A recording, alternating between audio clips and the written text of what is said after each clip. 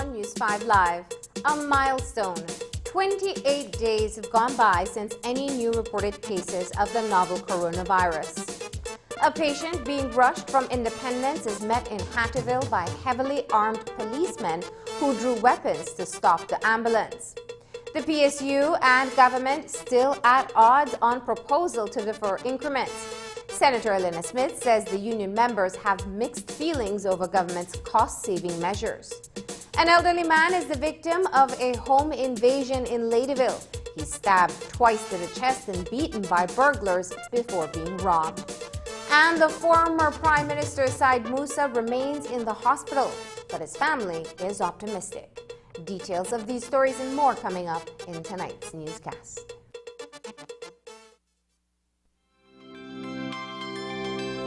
Smart está totalmente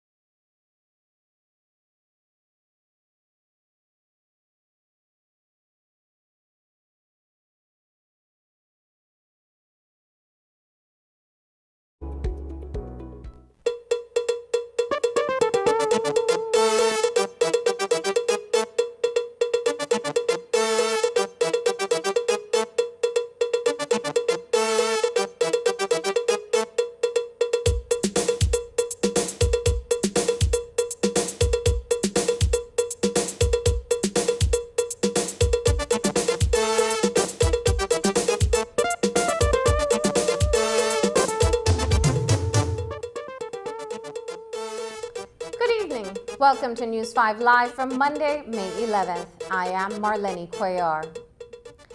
An ambulance was stopped by heavily armed police at the Hattieville Junction on Sunday afternoon. It was coming from Hopkins in the south and was transporting a patient accompanied by her daughter. A woman inside the ambulance was heard pleading that her mother was ill. The scary sight of the police drawing their weapons at the ambulance was captured on video and posted on social media. It caused instant public consternation because a life was at risk. The Commissioner of Police was compelled to issue a statement, which in fact raised more questions to the chilling incident. But as usual, there are two sides to the story, and the driver of the vehicle transporting the patient today provided his version, which is in stark contradiction of the police account. Here is News 5's Isani Caetano with that report.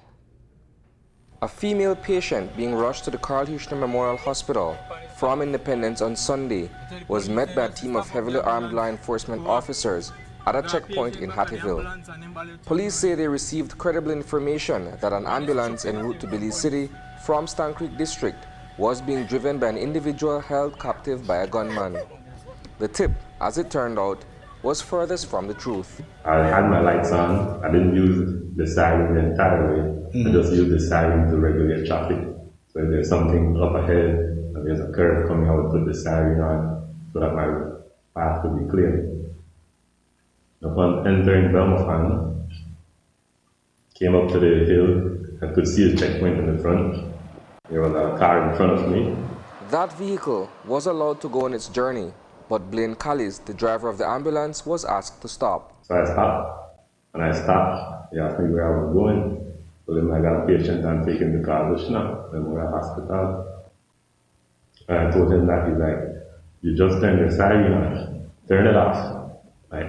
I suppose I need to put on my siren. I can't turn it off. And that's where my medic told me, let's go. So I just continued driving.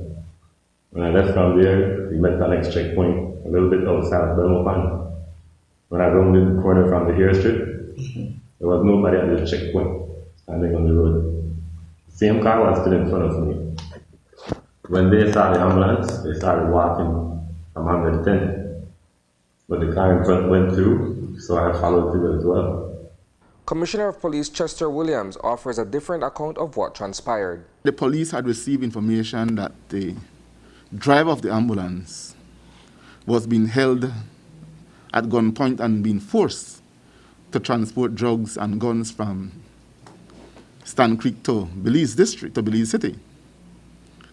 And with that information, the checkpoint on the Hummingbird Highway just outside of Belmopan was alerted. And a few minutes later, an ambulance bearing Stan Creek license plate approached the checkpoint. The police stopped the ambulance, and upon attempting to question the driver to ensure that he was okay and to check the ambulance, the driver sped off, almost hitting the officers who were at the checkpoint. We immediately contacted Southern Regional Hospital and inquired from them if in fact an ambulance had departed that hospital and what would have been the destination of the ambulance. Southern Region response was that their ambulance did not go anywhere. The ambulance had in fact been dispatched from Southern Emergency Services, a private company operating near the entrance of Hopkins Village. We got to Hattieville. The medics, they needed to do a blood pressure reading because of the road. They couldn't take it on so they had to stop and do it manually. And when we stopped, they got the reading. They told me to keep on going. While we stopped, there was 3 cars that passed. When we took the curve by the bridge, I saw all the cars that passed on the side of the road. There was a red police truck in the middle, and the guys are already there with their guns drawn. I just came in slowly. They told me to come out of the vehicle, so I stopped, parked, and I got out. But I had already instructed my medic to start videoing. Prior to arriving in Hattieville, however, Compol Williams said that the ambulance simply barreled through a second checkpoint near the outskirts of Belmopan. The other checkpoint on the George Price Highway outside of Belmopan was alerted, and they were prepared for the ambulance. And when the ambulance arrived there again, the officers attempted to stop the ambulance. The ambulance drove right through the police. The police officers had to dash off the road to avoid being hit by the ambulance. Now, that is not the normal behavior of an ambulance driver. So again, with the driver just bolting through the checkpoint, the second checkpoint, it really and truly made the information even more believable, because we do not expect that the driver of an ambulance is going to behave in such a way. And so instructions was given to the Hattieville checkpoint to boost up the manpower and to be fully prepared to ensure that the ambulance is brought to a stop, because we now believe that this driver is being held hostage in this van. He's been forced to go a certain way, and we now see saving his life as a matter of urgency. When the officers approached the vehicle, they discovered several persons inside, including the driver, a medic, the patient, and someone presumed to be her daughter. According to police, they were immediately allowed to proceed en route to Belize City. Reporting for News 5, I am Isani Cayetano. Even though the police department found out that the ambulance was in fact transporting a patient and the life of a patient was at risk, the Commissioner of Police is demanding an apology from Southern Emergency Services for the manner in which the ambulance driver reportedly conducted himself. On the other hand, the management of the company says it enjoys a professional working relationship with local law enforcement and that the events on Sunday afternoon were very unusual. Sandra Hirsak maintains that the EMT personnel on board the ambulance did exactly what they were trained to do. The police, says Commissioner Williams, found themselves between a rock and a hard place in terms of their response to a tip with false information. For us, that really came out of left field. I mean, we have an excellent working relationship with the local officers. We don't stop at check stops normally locally because they know if we have our lights on, we have a patient on board. Our mandate for our staff is you protect yourself and your patient above all else. So from a management perspective, the medics did what they have been instructed to and what they have been trained to do. To see the reaction of some people towards the police and what the police did is rather appalling. I don't know what people expect of us at times, because I think that as right-thinking people, we ought to look at both sides of a situation and objectively look at it. Let's say the information was true, and this ambulance would have passed through 3 checkpoints, and the police did nothing, and the driver would have later on found dead somewhere in the ambulance. What would have been the talking point? The ambulance passed through checkpoint and police did nothing and now the man dead. Then we would have been blamed for his murder. I guess our biggest concern is not what the police officers did. It's that there was no, from our opinion, solely from our opinion, there was no forethought into what that does to a person to be pulled out of a vehicle, have guns pointed at you. You have no idea what's going on. You have no idea what you're being accused of. That's not something that goes away. We are trying to contact the operators of that ambulance, because the truth is we need an apology from them. And if we don't get that written apology, and it must be publicly, then we're going to bring charges against the driver for attempting to knock down the police officers at the 2 checkpoints. What he did is a criminal act. And while, yes, we understand the urgency of his travel, that is no justification to run through police officers at a checkpoint. Belize has passed its first wave of COVID-19, but don't expect that things will go back to normal immediately. Coming out of today's meeting of the National Oversight Committee, it is anticipated that some of the restrictions will be relaxed, such as the reopening of hotel restaurants and use of its facilities. But curfew hours, we're told, will remain the same.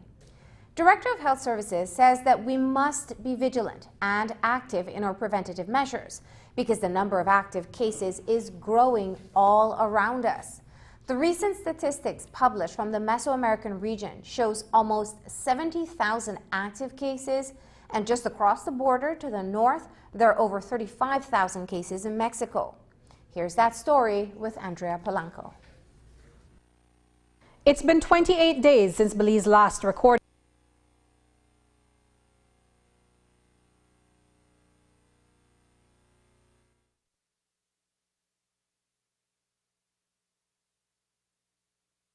This signals the completion of the first wave of the virus in Belize.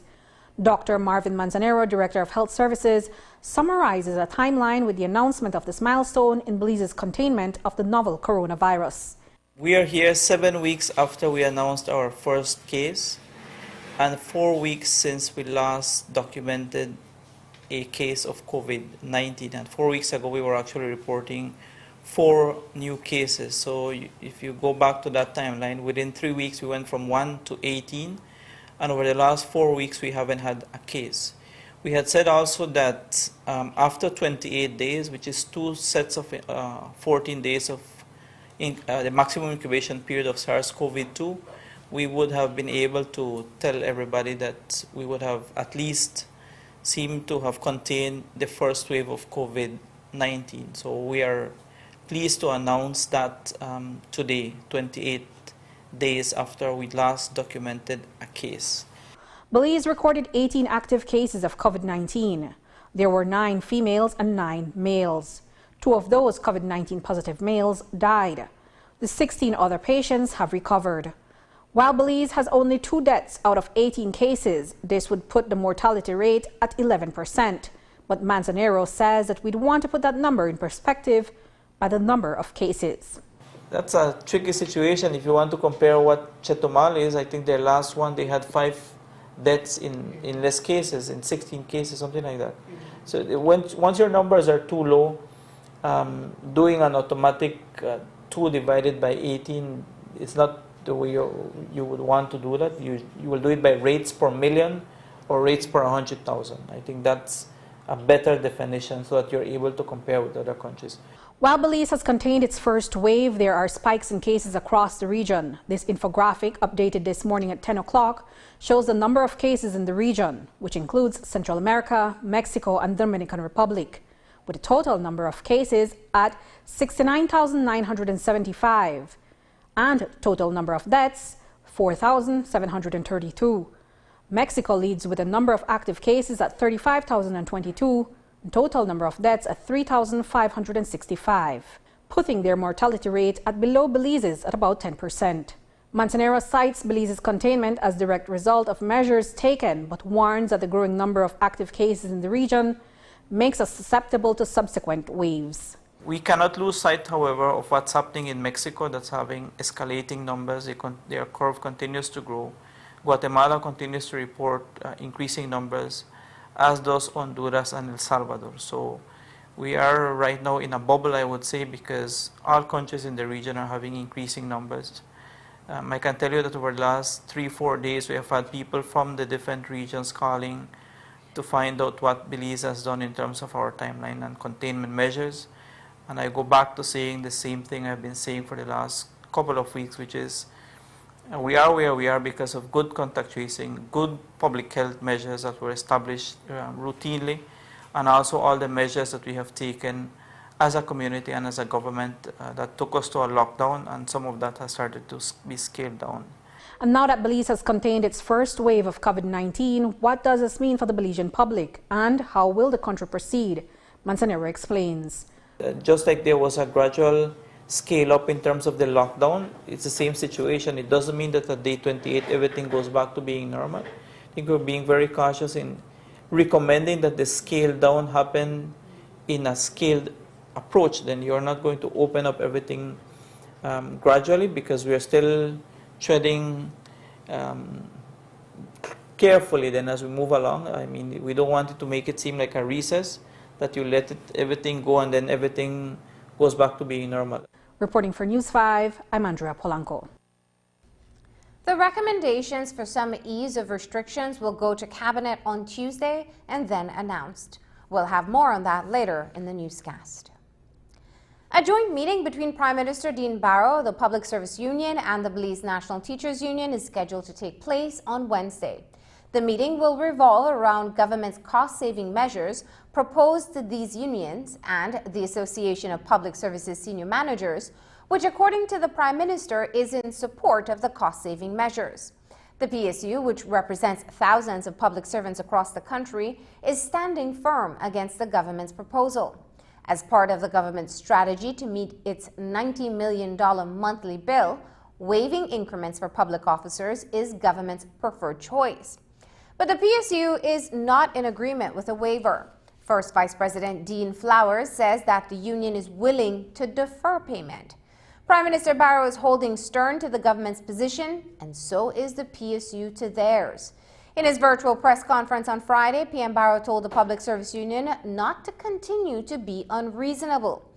Flowers rejected the Prime Minister's statement, asserting that it is the Prime Minister who is not seeing the clear picture. Pretty much, it's simply to say I am in receipt of your letter, and I would like to have a sit down with you on Wednesday. And so that's where we are, that we will be having a joint union meeting with the Prime Minister on Wednesday. What do you make of the Financial Secretary last letter in which he said that if the PSU continues to reject the proposal, that the minister would amend the regulations to amend salaries? And then again on Friday, the Prime Minister said to the PSU, to you all, to stop being unreasonable. Well, I don't know that we're being unreasonable. I think that we are being reasonable and responsible.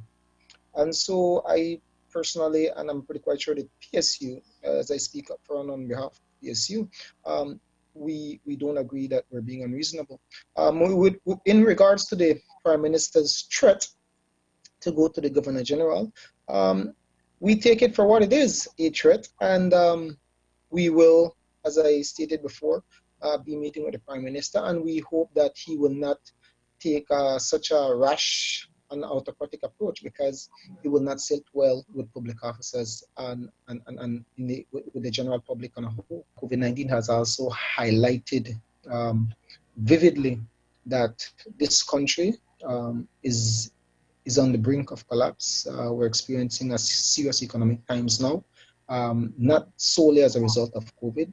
COVID is simply highlighting the financial mess and the poor management of government revenues and assets that has been going on for years. And so the PSU has simply taken the stance that we will be making a sacrifice. We are prepared to make whatever sacrifice we need to make to assist with the recovery efforts. But along with that, government must exercise discipline. And we're hoping that we will be able to reach an agreement with the government in implementing a group, a working team, or a working committee to ensure that these things come to fruition. Based on what you explained, do you believe that the Prime Minister himself is being unreasonable or not being fair or not seeing the picture clearly? Well, I think it's the latter part of that question, that he's not seeing the entire picture. And I believe, as with any individual who would speak to the microphone, that you must do your homework. You must ascertain that what your advisors are telling you is the truth, and is not only the truth, but is accurate. And so the fact that the Prime Minister presented certain figures to the general public which are not the truth, and the truth is that public officers, both junior and senior public officers, would be giving up much more than ministers, CEOs, and HODs. And so the fact that the Prime Minister did not ascertain those numbers and did not get the proper advice from the Ministry of Finance, I think that the onus is on him and the Ministry of Finance to correct those misstatements that were made on Friday. Also on Friday, Prime Minister Dean Barrow stated that ministers, chief executive officers, and heads of departments will also be making a sacrifice, which is much more than what public officers are contributing. PSU's Dean Flowers says that the Prime Minister needs to check his facts before going before a microphone. That's the picture that he attempted to paint. I don't know who he was able to convince of that, but certainly he did not convince public officers of that, who are the individuals that will be more impacted.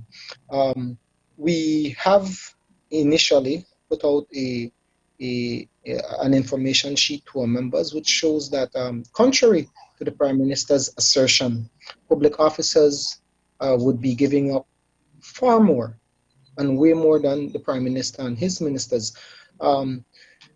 And we will continue to highlight this, showing the different numbers. And as I did in a previous interview, I showed that if a junior public officer was to give up his $900 increment that the PM spoke about, in 10 years' time, when that junior public officer, if we're talking about someone who's 45 years old and below a pay scale of 10, if you look at an increment of $900 per annum, that individual would effectively be giving up $9,000 over the course of 10 years, while the Prime Minister, junior minister, who he spoke highly of, who would be giving up $4,500, would merely be giving up about $5,100 if we look at that over a 10-year period. So the $900 that the $900 increment that the Prime Minister is talking about is not a one-time foregoing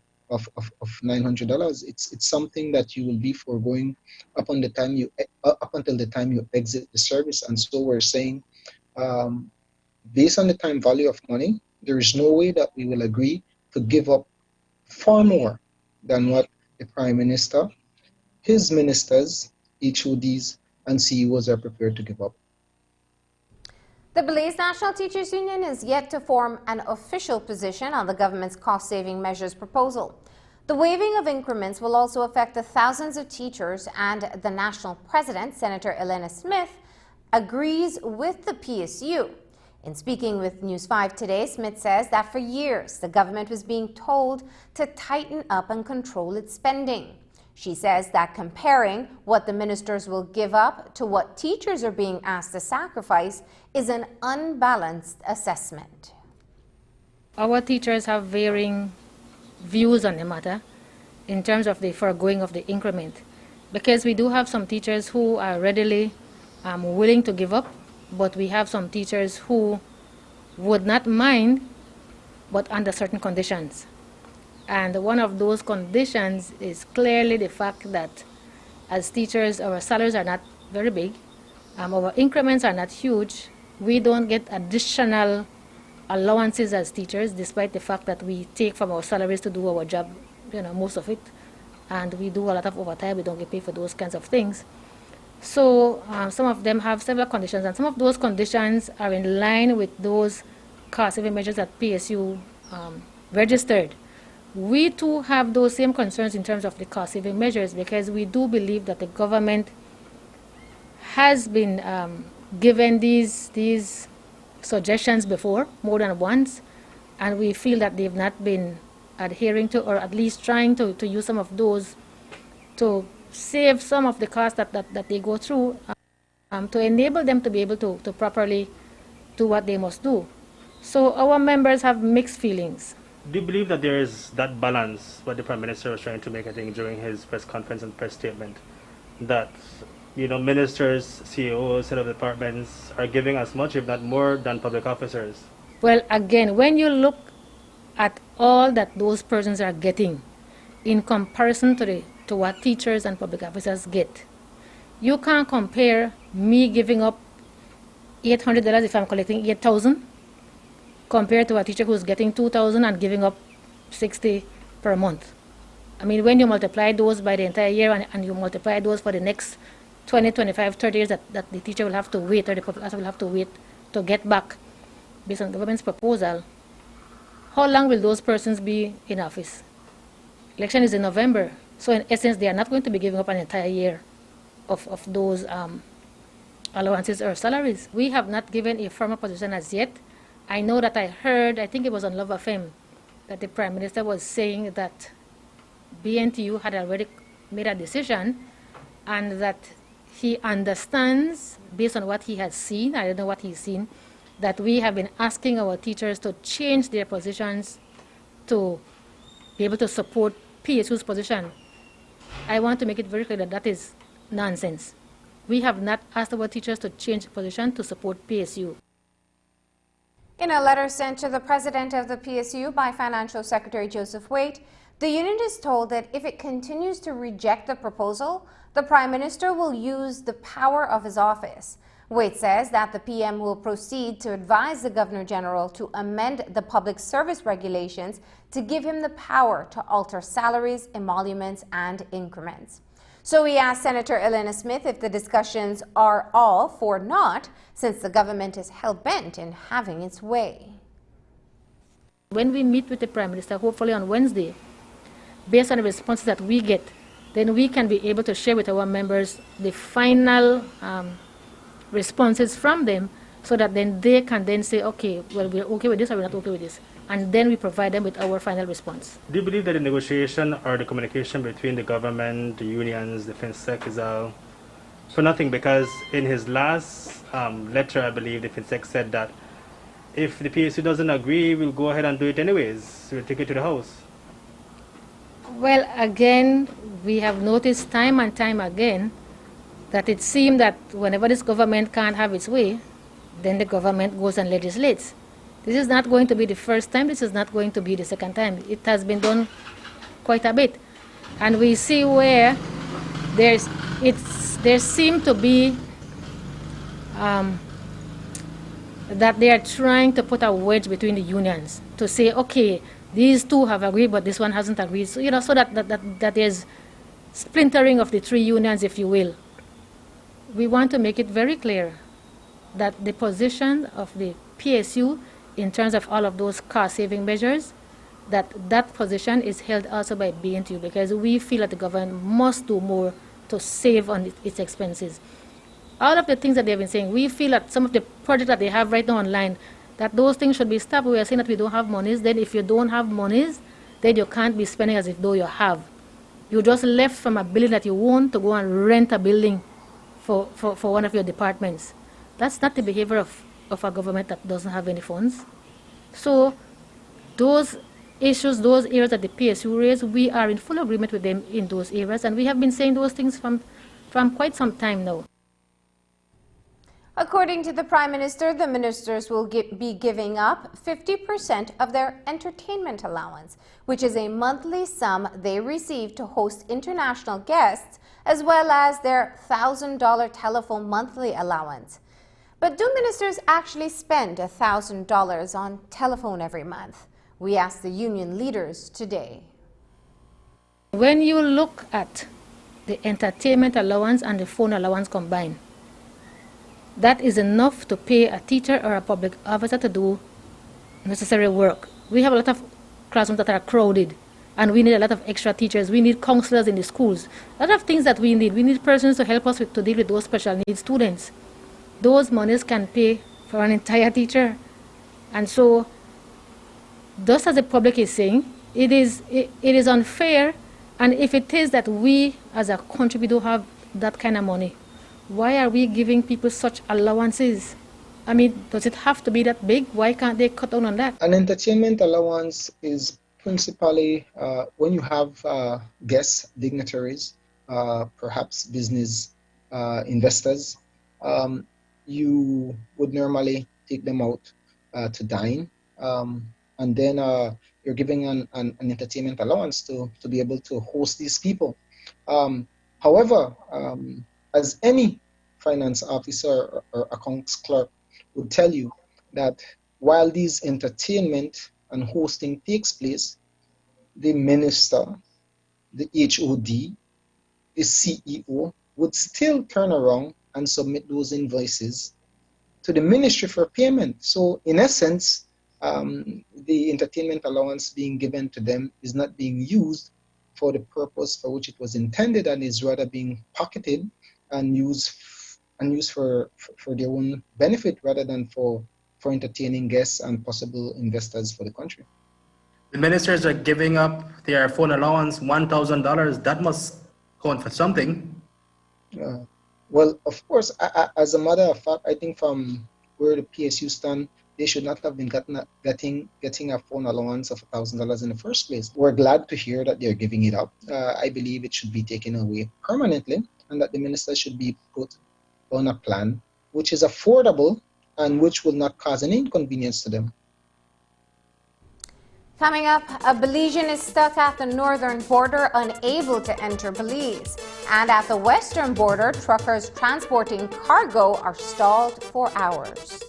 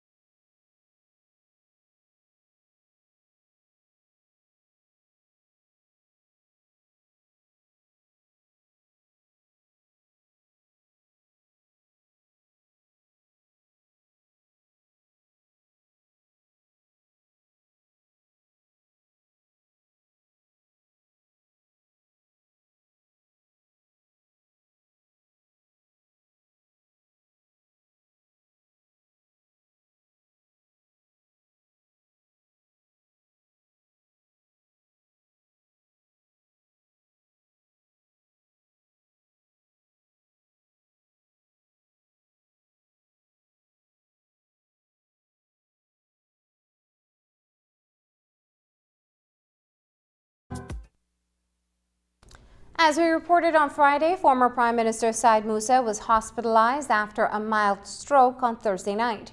The 76-year-old Fort George representative continues in the hospital tonight. His son Kareem, who is the Caribbean Shores area rep, posted to say that the former PM is in good spirits. While the Musa family is optimistic about his recovery, they say it will require time, therapy, and patience.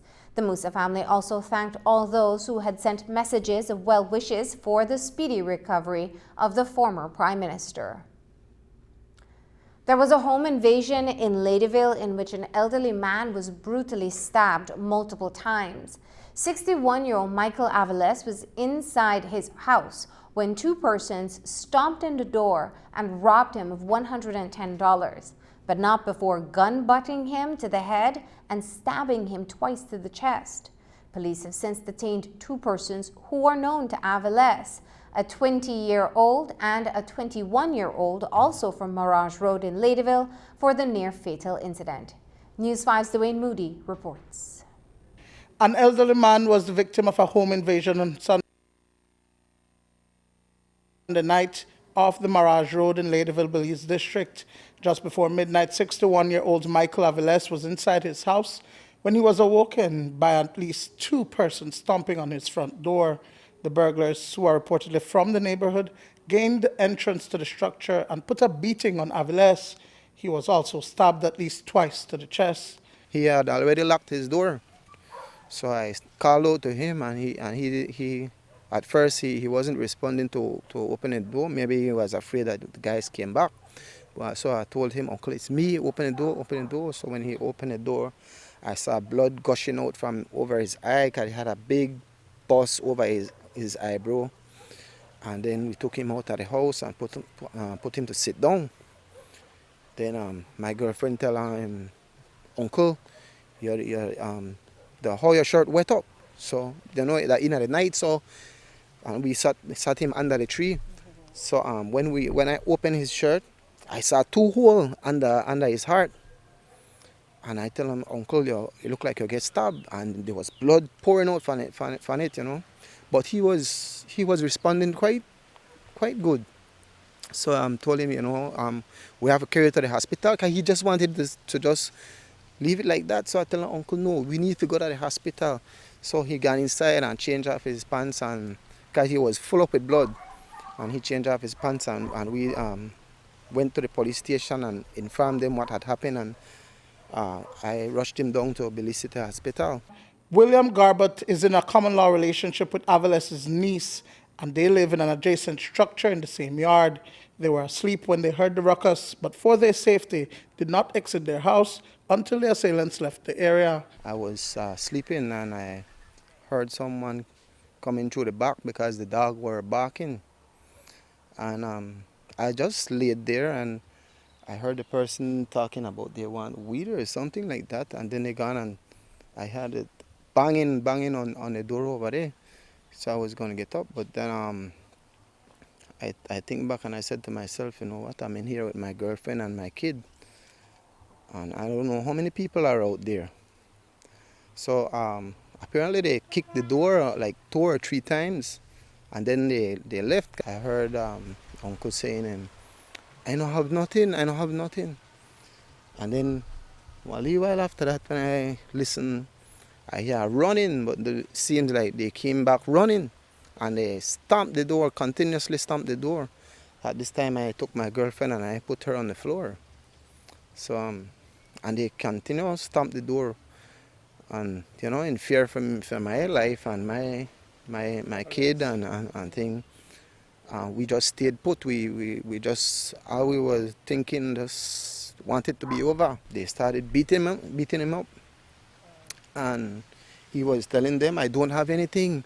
And finally, I don't know if he had something on him, some money or something, but he just tell them, you know what, And after that, it looked like they probably got what they wanted, and it quieted down. According to the family, this is the 3rd time that Aviles has been targeted.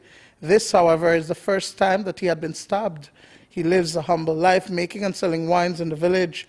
The family believes that he was targeted by persons he knew because they felt he had money. Uncle don't fool with nobody or anything like that, you know. Only thing uncle, whenever he take a lead drink, he like mention, I rich, and you know, but people, I think they, because he like holler that, they must think like he have a lot of money. The only thing they get from uncle, or like must say $110. Uncle don't have no lot of money. Watch where uncle live. According to Aviles, 2 men entered the house while another stood outside. The men wielded a gun and a knife. 2 persons have since been detained for the incident, pending further investigation by the Ladyville police. They bought the money from him and began to question him about monies he had in the house. They did not find anything at the time, and the male person proceeds to stab him 2 times to the chest, at which point he then handed over to the person's $110 Belize currency. Both male persons then fled from the area. He then got in touch with his neighbors, and they made a report at the Ladyville police station.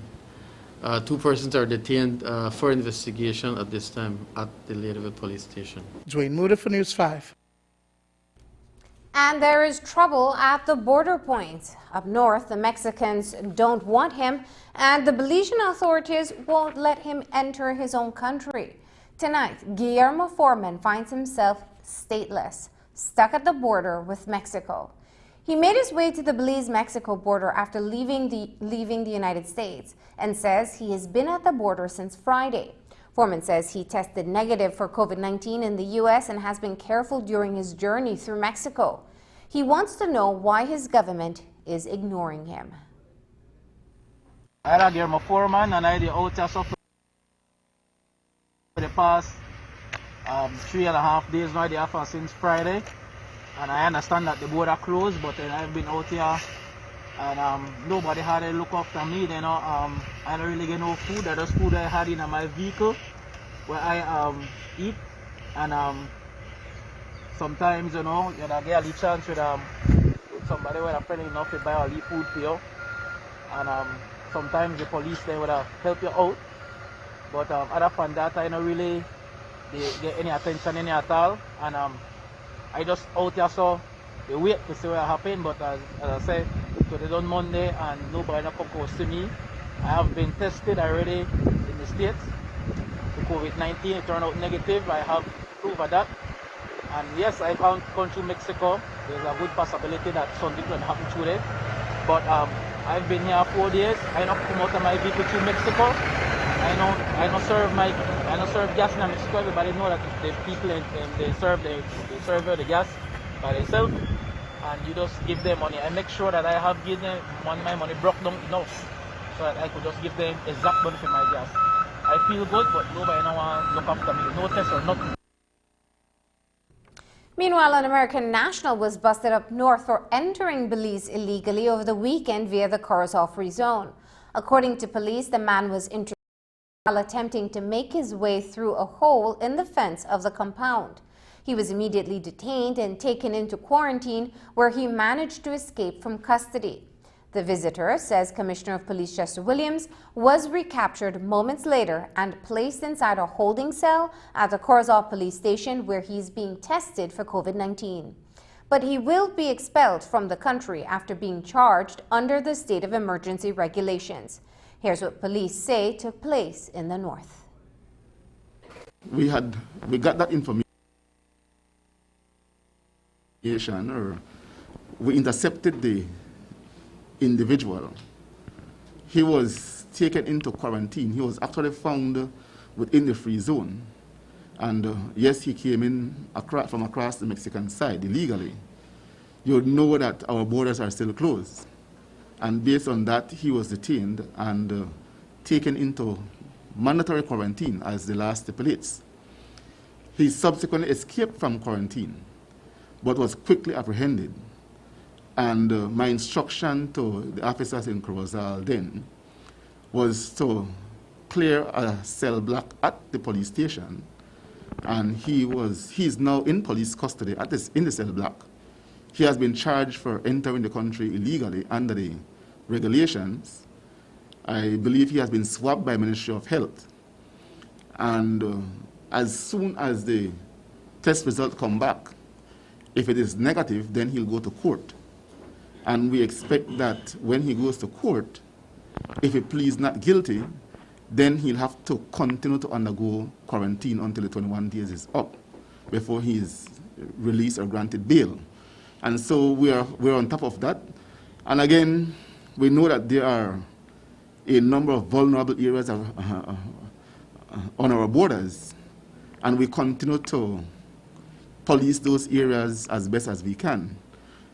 It have yielded the arrest of a number of persons who came in illegally, and it goes to show the efforts that the security forces are doing with a view to ensure that our borders are not compromised at this time. Is there any consideration for an expulsion order to be placed, considering the fact that this individual is not a Belize national? Well, it's a matter for immigration, but we want to ensure that he is dealt with first for having violated our laws before even contemplate an expulsion order. So we are dealing with him under the state of emergency regulations. Tensions ran high this morning across the western border in Melchor de Mencos, where Guatemalan drivers blocked the bridge. While the borders remain closed, cargo is allowed into the country. Since the crisis started, the process is that routinely, a nurse would check the drivers for COVID-19 symptoms. If there are none, then the drivers would be allowed across the border to make delivery and pick up goods. Today, however, for hours, the trucks were given the green light, but not the drivers. We're told that the truck drivers were asked to remain at the border while a local driver takes control of the truck and transport the goods into Belize.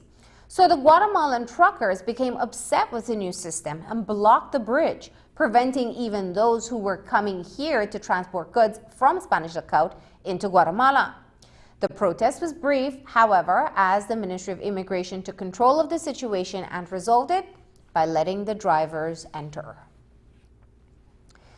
Even though it is now 28 days without any new confirmed cases of COVID-19, a state of emergency remains in place for the country. Thousands have already been charged for offenses under the emergency power regulations, and over the weekend, an additional 156 persons were added to that list. 63 persons failed to comply with the mandatory use of a mask. 51 persons breached the curfew, while 30 persons were unable to provide a reasonable explanation or proof of movement outside of curfew period. 8 failed to practice social distancing. Others were charged separately for violating cross-district movement, entering Belize illegally, failing to comply with a directive of a quarantine authority, and engaging in private practice when prohibited from doing so. Commissioner of Police Chester Williams says that in one instance, officers had to intervene in a party that was taking place. It would appear that some people are of the belief that we're now in an all clear. And as such, we're seeing that parties are popping up here and popping up there. And police have to be on full alert with a view to identify where these parties are and disrupt them. But not only disrupt, but to ensure that those persons who are having these parties, that they are dealt with. We're still dealing with this pandemic, and the state of emergency regulations are pretty much still in force. And as police officers, we have a responsibility to ensure that the regulations are enforced for the safety of all our residents. And so, yes, you see that from that party in Belize City last night, I think 8 persons were arrested. And I had directed OCE Eastern Division to go back for those who resides at the house, because they too need to be charged. I think it was a total of 15 persons, so the others should be dealt with today.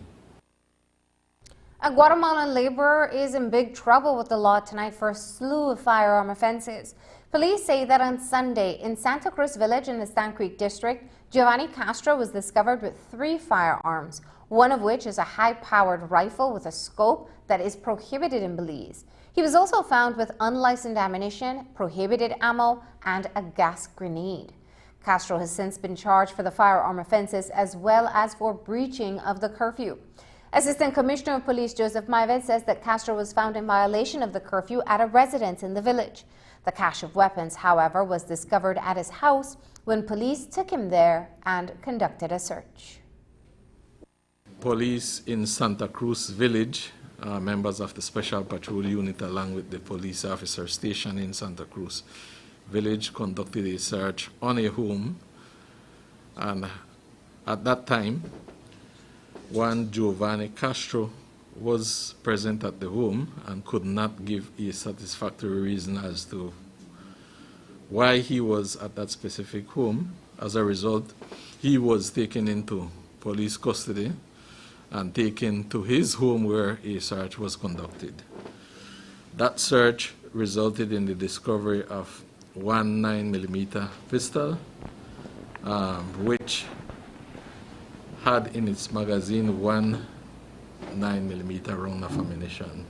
Also found was one .38 revolver, one 5.56 high-powered rifle with scope, 101 5.56 rounds of ammunition along with two magazines, one 158A smoke grenade. As a result, police have since arrested and charged Giovanni Castro, 26 years, Guatemalan laborer of Santa Cruz Village, for the offenses relating to firearms and ammunition found.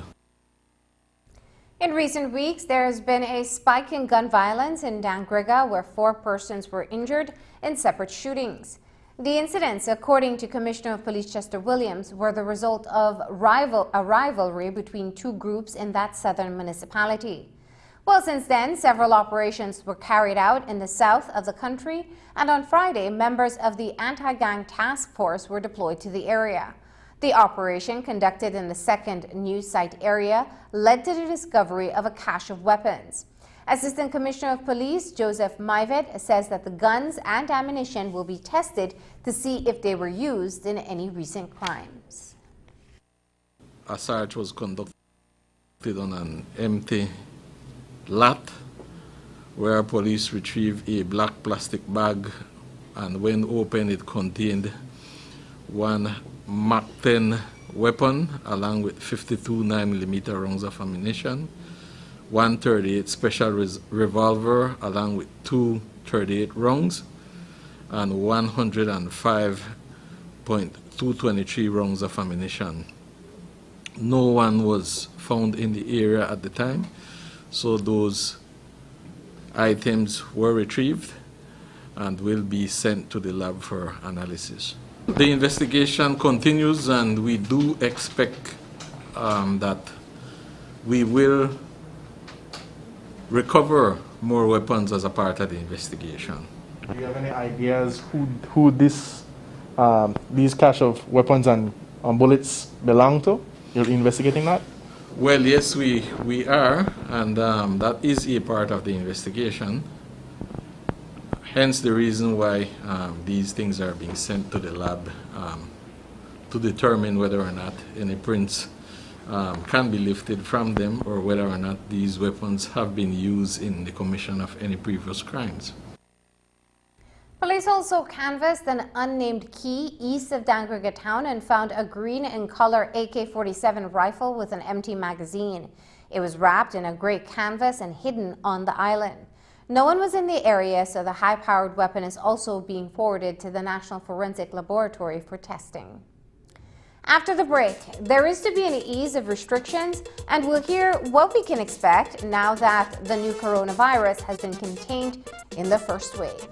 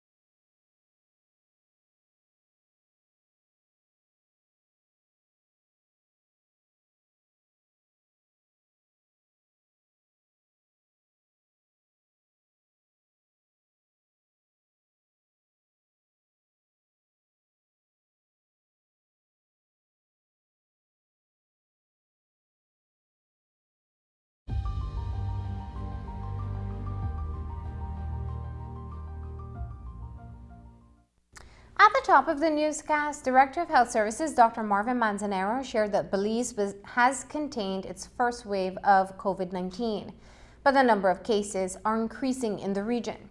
Despite the fact that everyone is now required to wear a mask and practice physical distancing, the risk of a second wave is real. So moving forward, Dr. Manzanero says some of the restrictions may remain in place for certain settings and some measures will be relaxed step by step. One of the good news coming out of this is the way hospitals are operating. Dr. Manzanero explains. I don't know about gyms, and the reason with gyms is because that's a closed environment and you have multiple people coming, sweating and produce. I mean, you're not going to be wearing a mask. Doing exercise outside is going to be different because you are not necessarily going to be in a big group. Parks, I assume you're talking about socializing in parks. The social distance rule will need to be maintained. If you're not in the same household, the social distancing measure remains. Gradual reopening, there's not going to be an aggressive reopening recommendation from us. It has to be a scaled approach, just like, recall when we had said initially 25 people in a gathering, then we went to 10. That's more than likely the same mechanism that's going to happen. 10 eventually goes to 25. And I think the borders will remain closed for now. I don't know that there's been any discussion for opening borders at this point in time, other than for trade, which should continue to happen.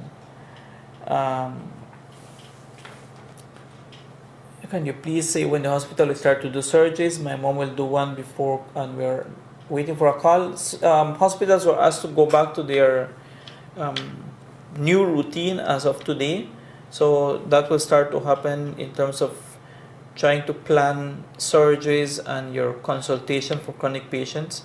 So they will be spaced out throughout the day. So we will ask that you bear with us because not everybody will be seen in the morning now. For example, we're asking hospitals to space out patients throughout the day so that you up to late afternoon you can have patients that are coming in on a routine basis as we go into a new norm. Dr. Manzanero says that it's not likely that they will recommend for an opening for the borders. As you know, Belize is currently the only country in Central America with no active cases of COVID-19. During today's webcast, one viewer asked if we can expect to see the borders or the airport open by July of this year. Dr. Manzanero says multiple factors would have to be considered in order to determine if it's safe to reopen these ports of entry. Do you think it's safe to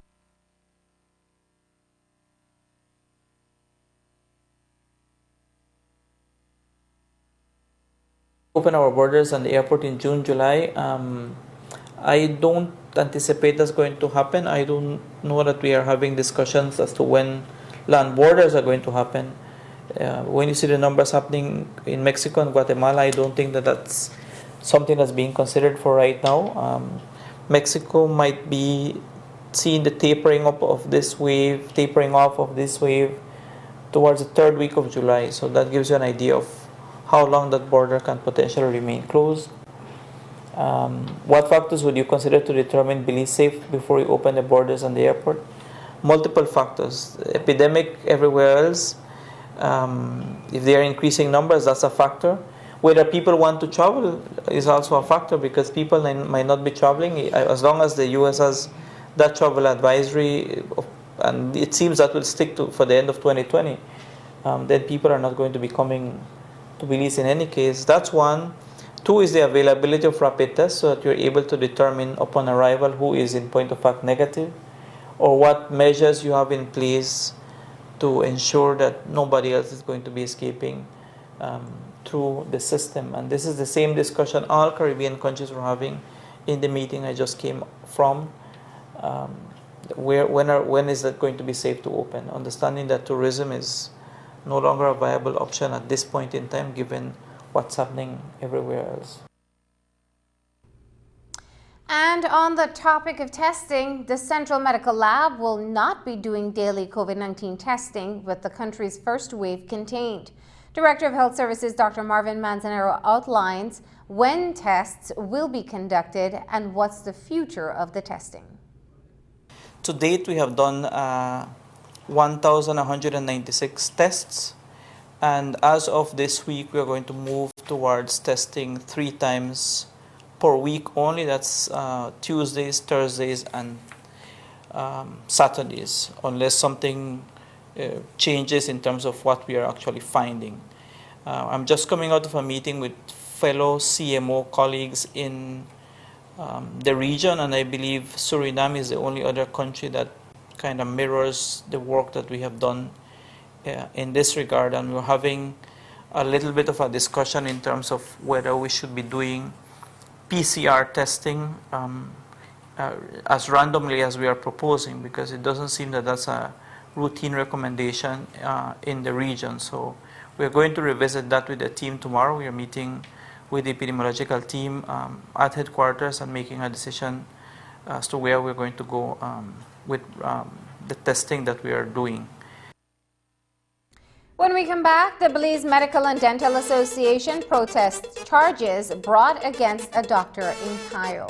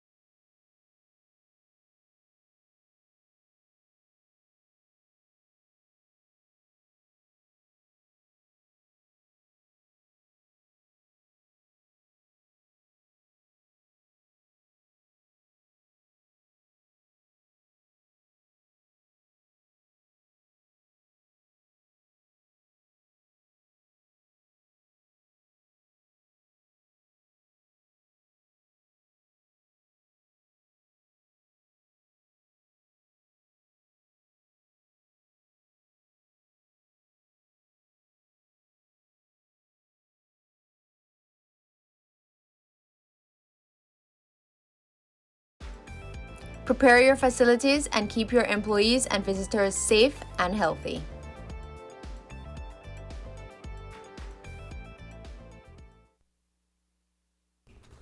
A doctor was criminally charged in a San Ignacio Magistrates Court on Friday. Dr. Fausto Alvin Pineda of Benquevejo del Carmen was arrested and charged for engaging in private practice while prohibited from doing so. Pineda works at the San Ignacio Community Hospital but also runs a private practice, and he was found to have been carrying out private practice work that is prohibited under the state of emergency. The Belize Medical and Dental Association issued a press release to condemn what has happened. The release points out that the public sector operates under serious limitations and is oftentimes overwhelmed by the number of patients. It points out, quote, during this time, many of the clinics in the hospitals are closed since the hospitals are running on emergency mode, and this leaves the public with limited options for health care, unquote. The release goes on to say that the possible risk of infection of caregivers is not determined by where they work, but by the way protocols are exercised and availability of quality personal protective gears. The BMDA statement closes by saying that they, quote, denounce the double standard and arbitrary application of the SI. It is discriminatorily applied to physicians working in the districts and conveniently disregarded for the largest public hospital of the country, unquote. The BMDA calls for the government to repeal this section of the SI immediately and that charges against Pineda be dropped.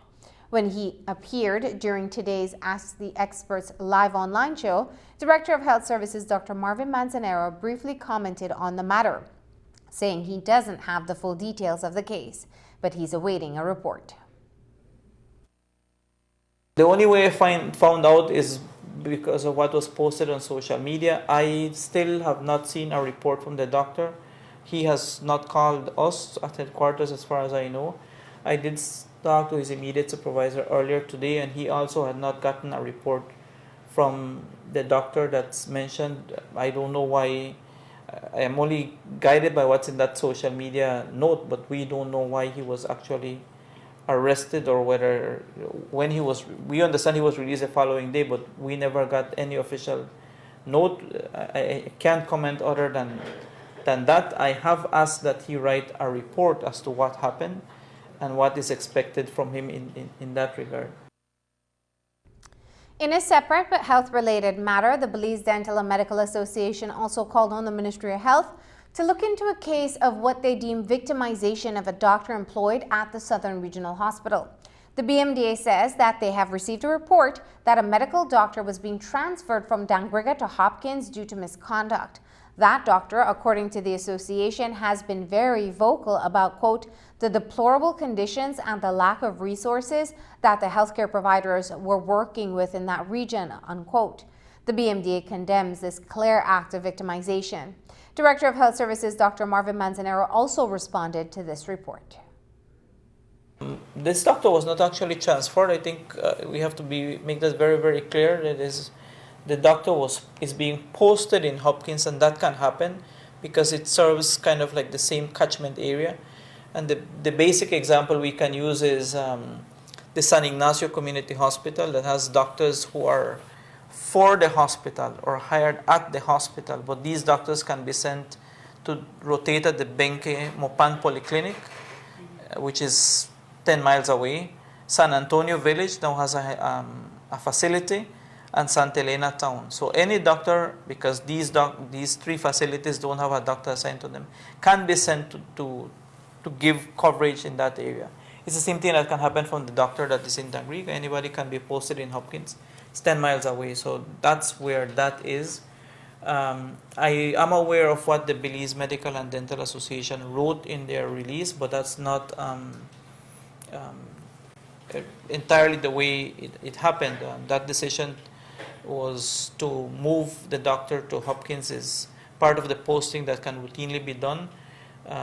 We were aware at headquarters, so it's not a decision that Dr. Gutierrez did on a personal note to send the doctor to Hopkins, and that can be for a given amount of time. Once his time is up, somebody else can be sent. That's part of the routine, and anybody who works in the public service knows that that can happen.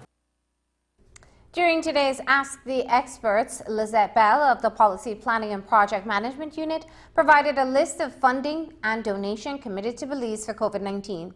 The total expenditure, according to the Director of Health Services, is about $6 million, two-thirds of which was drawn directly from government. The Ministry of Health says that a number of international financial institutions have also committed funds to Belize's COVID-19 response.